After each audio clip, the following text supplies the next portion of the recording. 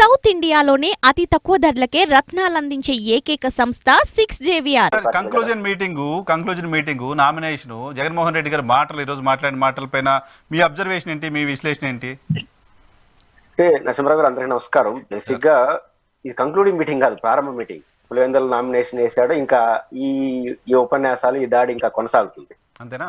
Basic గా ముగింపు నిన్న విజయనగరం అయిపోయింది బస్ యాత్ర. ఇది రెండో ప్రారంభం, అంటే చివరి ప్రారంభం. అంటే ఇంకా ఎలక్షన్ వరకు ఇదే కొనసాగుతుంది పబ్లిక్ మీటింగ్.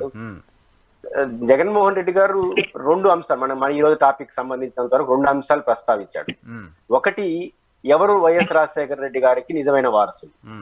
రెండు, వైఎస్ వివేకానంద రెడ్డి హత్య జరుగుతున్నటువంటి రాజకీయమైనటువంటి ప్రకంపనలు.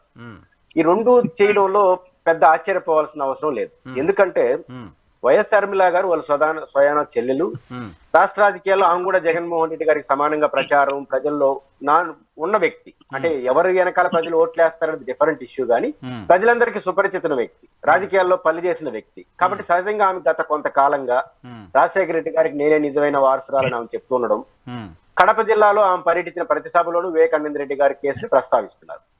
ఖచ్చితంగా కడప జిల్లాలో ప్రభావితం ఎంత అవుతుంది ఏంటి అనే దానికన్నా దానికి సమాధానం, దానికి ప్రచారానికి సంబంధించిన విషయాలు, కౌంటర్ ఆర్గ్యుమెంట్ ఖచ్చితంగా ఈ వైపు నుంచి ఉండక తప్పదు. దాన్ని ఎవరిని నమ్ముతారు ప్రజలు అనేది 13వ తేదీ జరిగే ఎన్నికల్లో ప్రజలు నిర్ణయిస్తారు. బట్ అనివార్యం అయింది అనుకుంటున్నా. అంటే అనివార్యం అంటే భయపడో లేదా ఇంకోటే కాదు. రోజు షర్మిల గారు నేనే నిజమైన వారసురాలు, నువ్వు కాదని మాట్లాడుతున్నారు. కాబట్టి ఆయన ఖచ్చితంగా దానికి కౌంటర్ ఆర్గ్యుమెంట్ అయితే ఇవ్వక తప్పదు కదా. ఏని నమ్ముతారనేది ప్రజలు నిర్ణయిస్తారు. ఆయన ఫస్ట్ పాయింట్ చెప్పింది ఏంటంటే వైఎస్ కి నిజమైన వారసులు ఎవరు, అది మాత్రం కరెక్ట్ గానే చెప్పాడు. మన ఇద్దరం కాదు నిర్ణయించాల్సింది ప్రజలు అన్నాడు. అంతే కదా. ఇప్పుడు రామారావు గారు వారసులైనా, జగన్మోహన్ రెడ్డి, మన చంద్రబాబు, మన రాజశేఖర రెడ్డికైనా, చెన్నారెడ్డికైనా, ఈ దివంగతులు ఎవరైతే ఉన్నారో వాళ్ళు ప్రజల మనుషులు. అంటే ప్రజల మనసు. ఇప్పుడు కుటుంబంలో ఒక ఇండివిజువల్ పర్సన్ అయినప్పుడు వారసులు ఎవరు అంటే రక్త సంబంధికులు వారసులు అంటాం. కానీ ప్రజా జీవితంలో ఒక ముద్ర వేసిన వాళ్ళు, చరిత్రలో నిలిచిపోయిన వాళ్ళు వారసులు నిర్ణయించాల్సింది ప్రజలే. కాబట్టి రక్త సంబంధం రాజకీయ వారసులు. ఇప్పుడు అదే చర్చ. ఆస్తి వారసులు అనేది కోర్టులో తేల్చుకుంటారు, రాజకీయ వారసులు నిర్ణయించాల్సింది ప్రజలు. కాబట్టి ప్రజలు నిర్ణయిస్తారనే పాయింట్ ఏంటి, ఇప్పటి వరకు నన్ను నిర్ణయించారు, రేపు గారు నిర్ణయిస్తారని ఆయన కాన్ఫిడెన్స్ కావచ్చు. రేపు నిర్ణయిస్తారు. పులివెందుల, కడపలో ఎట్లా ఆమె పోటీ చేస్తుంది, కడపలో లోక్సభ పోటీ చేస్తా ఉంది కాబట్టి కడప జిల్లా ప్రజలు నిర్ణయిస్తారు. అది ప్రజలకు వదిలేయాల్సిన విషయం. ఖచ్చితంగా దాన్ని పాయింట్ ఎందుకు చేస్తున్నా అంటే ఆయన మాట్లాడింది కాబట్టి కౌంటర్. వివేకానంద రెడ్డి కేసులో ఈరోజు కడపలో జరుగుతున్న రాజకీయం చూసినప్పుడు నాకు అసెంబ్లీ రౌడీ గుర్తొస్తుంది. అసెంబ్లీ రౌడీలో మోహన్ బాబు గారు ఏదో కేసులో ఇరుక్కుంటారు. దానికి సంబంధించి ఎలక్షన్ జరిగేటప్పుడు ఓటుతో పాటు స్లిప్ కడేస్తారు. మోహన్ బాబు ఆయన పేరేంటో నాకు తెలియదు, దాంట్లో రిలీజ్ చేయమని వేస్తారు. దాని ఆధారంగా చేసుకుని బహుశా జడ్జి అనుకుంటాను తీర్పిచ్చేస్తాడేమో. ప్రజలు కూడా తీర్పిచ్చారు. అది జరుగుతుందా, అది సినిమాలో అవుతుంది తప్ప ఫ్యాక్ట్ లో జరగదు. ఇప్పుడు రేపు కడప లోక్సభ ఎన్నికల్లో వివేకానంద రెడ్డి గారి హత్య కేసుని ప్రస్తావన చేయడం ద్వారా అనవసరమైన రాద్ధాంతం దారితీస్తా ఉంది. ఎందుకంటున్నానంటే ఇప్పుడు కడపలో షర్మిల గారు గెలిచారనుకున్నాం. గెలిస్తే వివేకానంద రెడ్డి అవినాష్ రెడ్డి గారి దోషాన్ని ఒప్పుకున్నట్ట, లేదా అవినాష్ రెడ్డి గెలిచిపోయాడు అనుకున్నాం, నిర్దోషాన్ని ఒప్పుకున్నట్ట.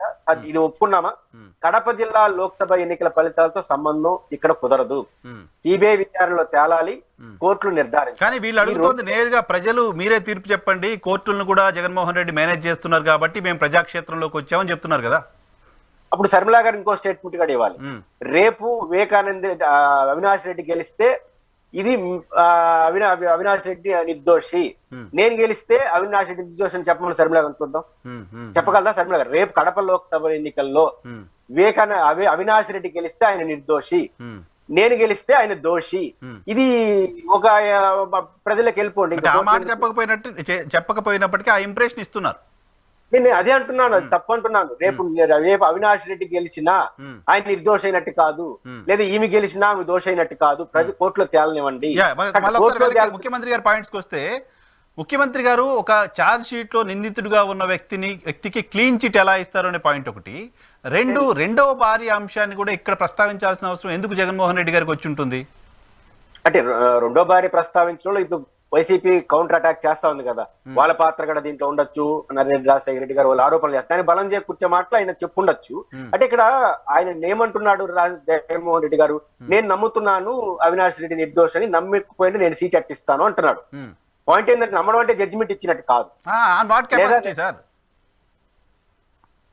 అర్థం కాల. ఆన్ వాట్ కెపాసిటీ ఆయన నేను క్లీన్ చిట్ ఇస్తారు? ఇప్పుడు ఇప్పుడు జగన్మోహన్ రెడ్డి గారు నాకు తెలిసి 16 ఛార్జ్ షీట్లు ఏదో ఉన్నాయి కదా ఆయన పైన.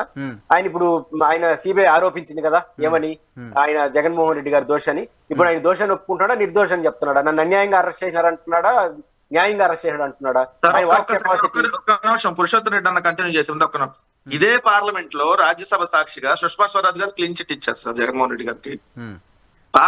భారత పార్లమెంట్ లో సుష్మా స్వరాజ్ గారు మాట్లాడారు ఏమని, జగన్మోహన్ రెడ్డి గారు సోనియా గాంధీని ఎదిరించారని కేసులు పెట్టారని. ఎంతకంటే పెద్ద ఎవిడెన్స్ ఏముంటది? సుష్మా స్వరాజ్ గారి వ్యాఖ్యలు కూడా రాజకీయ పరమైంది. ఆమె కూడా జడ్జి కాదు. నా పాయింట్ ఏంటంటే జగన్మోహన్ రెడ్డి గారి 16 కేసుల్లో నన్ను అన్యాయంగా అరెస్ట్ చేసిన what capacity, personal individual capacity. నా మీద అలిగేషన్ చేసినప్పుడు నేను నిర్దోషి అని ఎవరికైనా చెప్పగలరు. ఇది కూడా అట్లాంటి నిర్దోషి ఎలా చెప్పగలరు? నిర్దోషానిగా నేను నమ్ముతున్నాను. పాయింట్ ఏంటంటే నమ్మడం ఆయన ఇష్టం. ముఖ్యమంత్రి కదా, ఎవరైనా కావచ్చు, పార్టీ అధ్యక్షుడు కదా, ఇవి ఎన్నికల సభ కదా. నేను అవినాష్ రెడ్డి తప్పు చేయడం ఆయన నమ్ముతున్నాడు. ఆయన ప్రజల ముందుగా ఇప్పుడు అవతల వైపు అవినాష్ రెడ్డి అని వాళ్ళ పార్టీ నాయకులు చెప్పేస్తుంటే ఈయన కౌంటర్ ఆర్గ్యుమెంట్ చేయకుండా ఎట్లుంటాడు? ఎవరు నమ్ముతారు? ప్రజలు ఇష్టం. రేపు కోర్టులు ఏం చెప్తే చూద్దాం. కోర్టులు చెప్పేదే ఫైనల్. అవినాష్ రెడ్డి గారు చెప్పినా ఇప్పుడు ఒక పక్క మన శర్మిల గారు ఇప్పుడు సిబిఐ చెప్పేసిందా ఆయన అంత కూడా.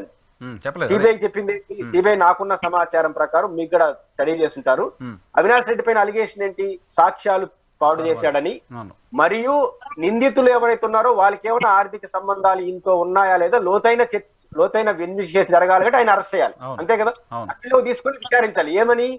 ఈయన వాళ్ళకి ఎవరైతే హంతకులు ఉన్నారో వాళ్ళకి ఈయనకున్న రిలేషన్, ఆర్థిక లావాదేవీలు అన్నింటి కూడా స్టడీ చేయాలి, అంటే ఎంక్వైరీ చేయాల్సిన అవసరం ఉంది కాబట్టి ఆయన కస్టడీలో తీసుకుంటామని చెప్పింది ఇప్పటి వరకు అలిగేషన్. రెండోది, ఇప్పుడు ఆయన దస్తగిరి అయినా నేను చంపాడని చెప్పాడు. ఇప్పుడు తేలాల్సింది ఏంటి? ఆయన్ని ప్రోత్సహించింది ఎవరు, ఆయనకి కావాల్సిన సహకరించింది ఎవరు, ఇది తేలాలి. ఇప్పుడు మిగతా ఎవరిదైనా సహకరించిన పాత్ర, ప్రోత్సహించిన పాత్ర, ఇది కూడా నేరమే. ఆయనకి ఎట్ట శిక్ష పడుతుందో వాళ్ళకి కూడా పడుతుంది. కాబట్టి ఇప్పుడు సిబిఐ చెప్పిన దాన్ని ఆయన సాక్ష్యాలు చెడగొట్టారు, ప్లస్ ఆయన విచారణ చేయాల్సిన అరెస్ట్ చేస్తామని చెప్పారు. దాని ఆధారం చేసుకుని ఆయన అంత కూడా చెప్పి శర్మిల అనేస్తా ఉంది కదా. గూగుల్ టేక్అవుట్లు, వాళ్ళ ఇంటి దగ్గర వ్యవహారాలు ఏమన్నా కానీ ఇప్పుడు అంత కూడా అయిపోయినప్పుడు కోర్టు ఎందుకు వదిలేసిందండి? నేనేమంటానంటే స్టేట్ బెయిల్ ఎట్టిస్తుంది. ఇప్పుడు అంత కూడా సిబిఐ చెప్పిన దాన్ని కోర్టు నమ్మేస్తుంటే, అంత కూడా ఇంకా కోర్టు చెప్పలేదు, చెప్పనివ్వండి, వాళ్ళు చెప్పనివ్వండి. ఇప్పుడు స్టే ఇచ్చిందంటే అంత కూడా అని చెప్పేసి స్టే ఎట్టిస్తుంది. ఇప్పుడు దస్తగిరికి అప్రూవర్ గా మారారు కాబట్టి స్టే ఇచ్చింది, ఆయన సారీ బెయిల్ ఇచ్చింది. అప్రూవర్ గా మారిన నేను చంపానని చెప్పుంటే ఆయన లోపల పెట్టుతారు. కూడా బయటే ఉన్నాడు బెయిల్ తో. పాయింట్ ఏంటంటే తేలనివ్వండి. ఇప్పుడు తేలని అంశాన్ని శర్మిల గారు తేలినట్టు చెప్తున్నప్పుడు ఆయన పార్టీ అభ్యర్థి, ఆయన కుటుంబ సభ్యుడు ఉన్న వ్యక్తి కౌంటర్ ఆర్గ్యుమెంట్ అనివార్యం. నేను రాజకీయ ఆర్గ్యుమెంట్ అంటున్నాను దీన్ని. ఈ ఆర్గ్యుమెంట్లు ఏది కరెక్ట్ ఏది తప్పు అనేది ప్రజలు కోర్టులో తేలదు. రేపు నేను నమ్ముతున్నా రేపు శర్మిల గారికి గెలుస్తారని నేనైతే అనుకోవట్లేదు. కాబట్టి ఆమె ఓడిపోతుంది కాబట్టి అవినాష్ రెడ్డి గారి నిర్దోష. రేపు అవినాష్ రెడ్డి గారికి నిర్దోష అయిపోతాడా? పులివెందులో జగన్మోహన్ రెడ్డి గారు చేస్తే అది అంతా కరెక్ట్ అయిపోతుందా? కాదు కదా. పాయింట్ ఏంటంటే కోర్టులో తేలాల్సిన విషయాల్లో కోర్టులో తేలనివ్వండి, ప్రజా కోర్టులో తేలాల్సిన జగన్మోహన్ రెడ్డి గారి పరిపాలన. జగన్మోహన్ రెడ్డి గారి పరిపాలన బాగుంటే సమర్థిస్తారు, వ్యతిరేకిస్తారు. కోర్టులో తేలాల్సిన దాన్ని ప్రజా కోర్టులో తేలాల్సిన కోర్టులోకి వెళ్తే ఇట్లే ఉంటాయి వివాదాలు. కాబట్టి అనివార్యమైన పరిస్థితుల్లో జగన్మోహన్ రెడ్డి గారు, మన శర్మిల గారు, సునీత గారికి భయపడతారు నేను అనుకోను, కానీ శర్మిల గారు ఈక్వల్ పర్సన్ కదా. ప్రజలు ఎంత ఉందని పక్కన పెట్టండి, ఆయనతో ఈక్వల్ గా రాజకీయాల్లో ఎదిగిన వ్యక్తి. కాబట్టి అనివార్యంగా రోజు అదే మాట్లాడుతున్నప్పుడు అనివార్యంగా ఆ సమాధానాలు ఉంటాయి. ఇప్పుడు రెండు తేల్తాయి. కోర్టులో తేలాల్సిన విషయం మనం తేల్చలేము, ప్రజా కోర్టులో తేల్చాలి. ప్రజా కోర్టులో వాళ్ళ ఆర్గ్యుమెంట్ కి నేను ఏమి తెలిసినా, అవినాష్ రెడ్డి గెలిచినా శర్మిల గెలిచినా అది తీర్పు కాదు. అవినాష్ రెడ్డి గెలిచినంత మాత్రం నేను నిర్దోష అయిపోడు, ఈమె గెలిచినంత మాత్రం నేను దోష అయిపోడు. కోర్టులో తేలాలి, ప్రజా కోర్టులో జగన్ పరిపాలన తేలాలి. కాబట్టి అనివార్యమైన పరిస్థితి ఆయన తేల్చాడు, ఆయన మాట్లాడాడని నేను అనుకుంటాను. అది రాజకీయంగా ఇంక రేపటి నుంచి మాట్లాడతానని నేనైతే అనుకుంటాను.